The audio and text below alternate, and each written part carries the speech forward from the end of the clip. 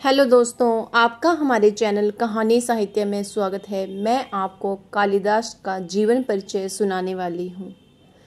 कालिदास का जीवन परिचय। महाकवि कालिदास का नाम संस्कृत महाकवियों और श्रेष्ठ नाटककारों में लिया जाता है। आपका अभिज्ञान शाकुंतलम नाटक विश्व में विख्यात है।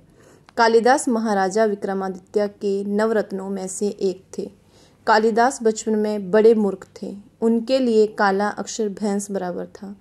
वे पढ़ना लिखना नहीं जानते थे। कालिदास इतने बड़े कवि और नाटककार कैसे बन गए, इसकी एक बड़ी विचित्र कथा है। कालिदास के जीवन काल में शारदानंद नाम के राजा राज्य करते थे।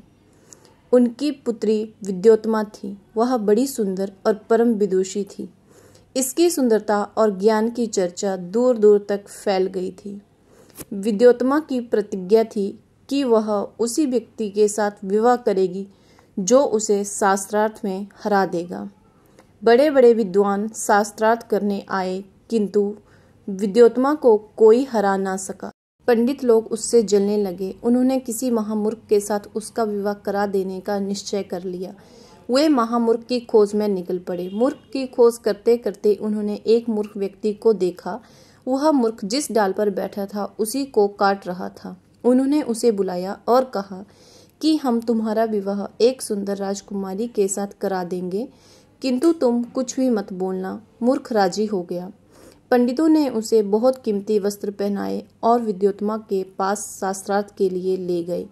पंडितों ने विद्योत्मा से कहा, यह हमारे गुरुजी हैं, ये सबसे बड़े विद्वान हैं, यह आपके साथ शास्त्रार्थ करेंगे।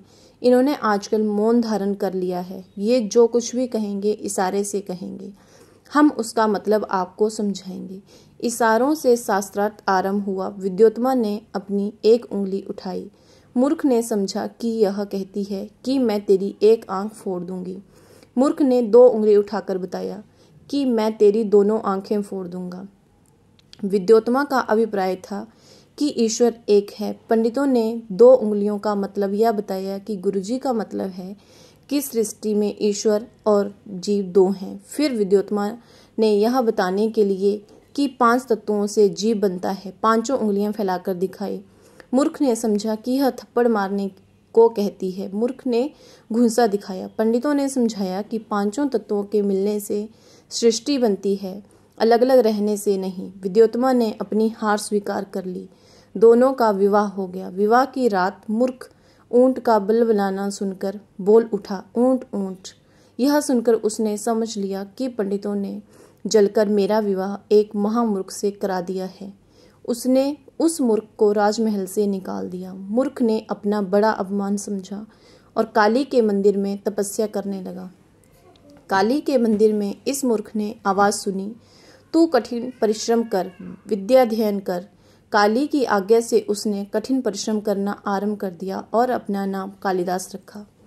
कालिदास ने बड़े परिश्रम और बड़ी लगन से विद्या का अध्ययन किया। कुछ ही वर्षों में ये संस्कृत के बड़े विद्वान बन गए। कालिदास ने कुमार संभव, मेघदूत और रघुवंश नाम के 3 काव्य और अभिज्ञान शाकुंतलम, मालविका मित्र तथा विक्रमोर्वशीयम 3 नाटक लिखे।